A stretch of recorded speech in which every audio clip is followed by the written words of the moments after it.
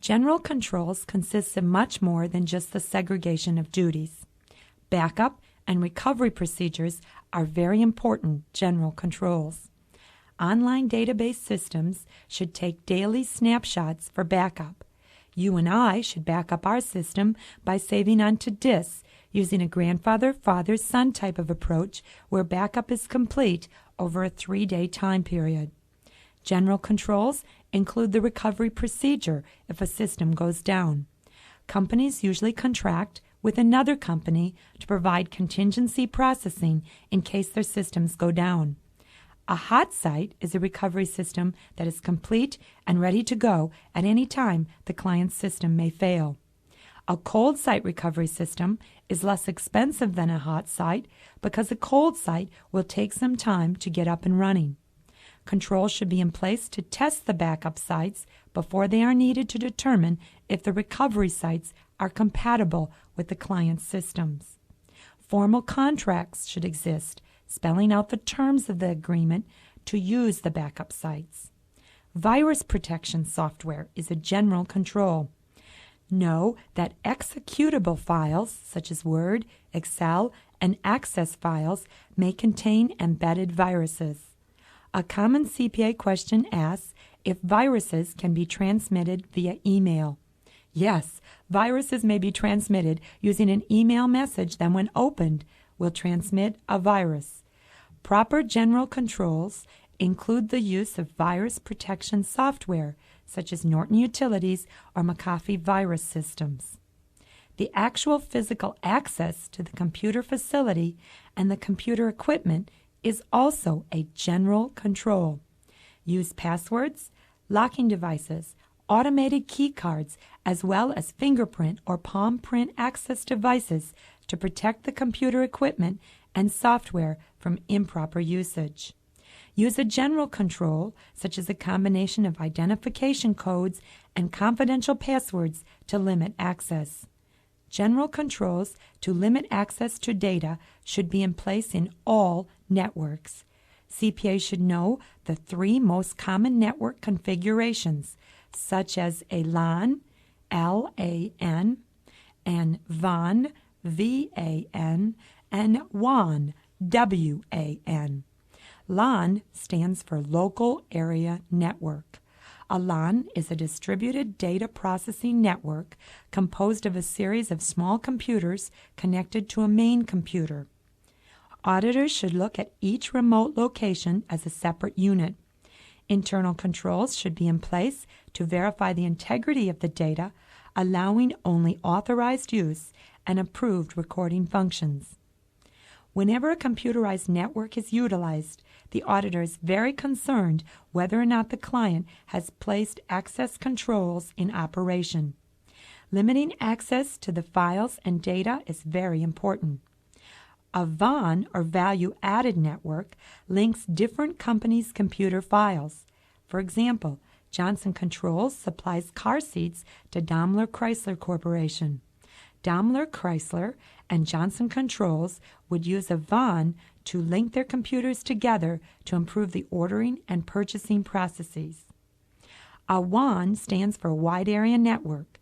Here, computers are linked across the distances using telecommunication lines. The application control called encryption is often used in a WAN. The process of encryption protects data as it is transmitted over telecommunication lines and cables by coding and scrambling the data until a translation is completed by an authorized person. If the data is encrypted, a person tapping into the line would not be able to understand the encrypted messages. Remember, encryption deals with processing the data, so encryption is an application control rather than a general control. Application controls include checks, echo checks, logic and limit tests, and hash totals. A validity check is a computer test made to ascertain whether a given characteristic, such as a number, belongs to that particular group of data. A numeric item should not be entered in an alpha field that contains only letters. A parity check involves adding a special bit to each character that can detect if the hardware loses a bit during the internal movement of the character. An echo check is most often used in telecommunication transmissions. The receiving hardware repeats back to the sending hardware what it received, and the sending hardware automatically resends any characters that were received incorrectly. Again, understand that an echo check involves the processing of data and therefore is called an application control. A logic test ensures that illogical combinations of input are not accepted. A limit or reasonableness test, as it is sometimes called, tests control fields so that the data may not exceed a certain predetermined limit. For example, if the limit was built into the payroll system to allow paychecks to be no more than $10,000 per week, then the limit check would not process a weekly paycheck for an amount over $10,000. A hash total is an application control used in batch systems. A batch processing system groups like transactions, for example, sales for the entire day, and processing is only processed once a day. Control totals are used to ensure that all data has been processed. A hash total is a meaningless number. The meaningless totals are added twice and then compared to ensure that all data that has been entered has also been processed. Watch for a multiple choice question that asks you which of the following is a hash total. First, rule out all answers that contain letters. Letters cannot be totaled. Next, rule out all numeric columns that are usually totaled, such as dollar amounts and quantities. The hash total is usually a column of invoice numbers, department numbers, or some such group of numbers that is not usually added. Batch processing is still used for large groups of transactions like payroll.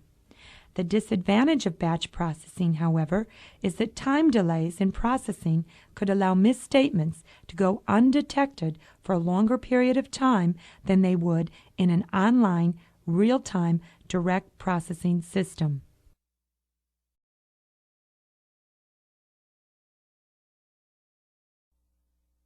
Online systems must contain numerous access controls. For example, as a sales representative for a company, I may be able to access product data and customer lists, but I should not be able to access company payroll and receivable functions. A common control that is used to limit access to data within a database is called a firewall. A firewall is a software and hardware application that separates a network segment, such as a website, from the main network. With today's online networks and web-based internet technology, CPAs may need to apply a different audit approach. One approach that is now being tested is called continuous auditing. Continuous auditing of a system is necessary as the data may not be stored for long periods of time, and there will probably be no hard copy or printouts.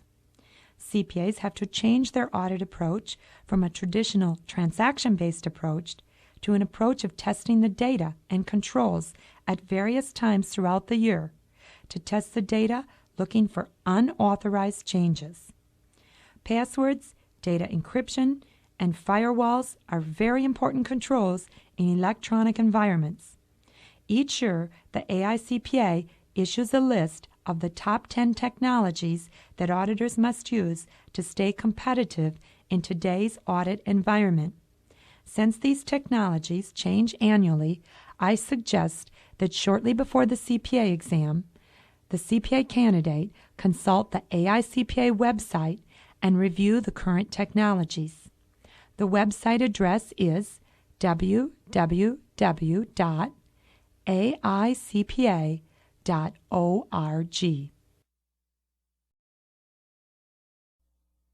A related topic to computer technology is that of use of a service organization.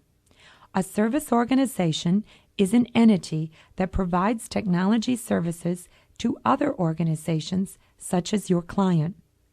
In fact, many clients hire service organizations to process the payroll transactions. Must an auditor test the payroll transactions at the service organization? First, just as in any audit situation, the auditor must determine if the transactions processed by the service organization are material and if there is risk over the area. If the answer is yes, the payroll transactions are material to the financial statements and there is some risk here, the auditor must understand the controls over the transaction processing at the service organization. Now relax. The auditor may not have to travel to the service organization and interview their personnel. Most often, external auditors will obtain an attestation report attesting to the control effectiveness at the service organization. Look also at the degree of interaction between the client and the service organization. If the degree of interaction in the establishment of controls and monitoring of controls is high, then the auditor believes it is more likely that effective internal controls exist over the transaction processing. Information about the service organization may be available from user manuals, systems overviews, the contract between the service organization and your client, inquiries made of the service organization personnel, and reports by regulators. Don't forget the basics of internal controls. When an auditor hopes to assess control risk below maximum for the transaction area processed by the service organization, the auditor must perform tests of controls to determine control effectiveness. If the service organization has an auditor's report stating that a test engagement on the internal controls was performed and that the controls are operating effectively, then the external auditor does not have to actually test the controls himself. They can rely on the report. The user auditor should not make mention in their audit report of the service auditor. Several exam questions as of late have focused on electronic data interchange, also known as EDI. Electronic data interchange, or EDI, is a component of electronic commerce that requires two or more partners to transact routine business using a specific data format. Transactions are processed quickly and are often paperless systems. The business cycle is compressed, therefore resulting in lower accounts receivable and inventory balances. Because the system relies on a partnering relationship with another party, the auditor must be aware that both the client's controls and the client's vendor controls must be understood. Typical controls such as firewalls, encryption, and control authentication are more important than ever as unauthorized access is a concern. Another auditor concern is the availability of data. Data is available only in electronic form, and most often only for short periods of time. Therefore, the auditor will utilize an approach called continuous auditing. Here, the auditor will audit the system at several times during the year, most often using tests of controls rather than substantive tests. Major audit concerns include a potential for computer disruptions in recording transactions, network and sender recipient acknowledgments, data integrity during the transmission process, and the investigation of failed transactions. Preventative controls are more important than detective controls. Prevent the problem from occurring. Auditors will insist on the client maintaining an activity log that lists failed transactions. Proper investigation and follow-up of transactions ensures that all information and data is included in the system. Remember, the advantage to an EDI system is that it allows data to be sent to another partner as the data is being entered into the system. Both parties are automatically updated. The greatest risk of an EDI system is that the transactions are processed by the proper entity. Improper distribution of the data would be a disaster. Therefore, the EDI system should contain functional acknowledgments to track the receipt of the data by the proper entity. Keep in mind that EDI transactions are formatted using strict standards that have been agreed to worldwide. Therefore, there is often great uniformity of controls.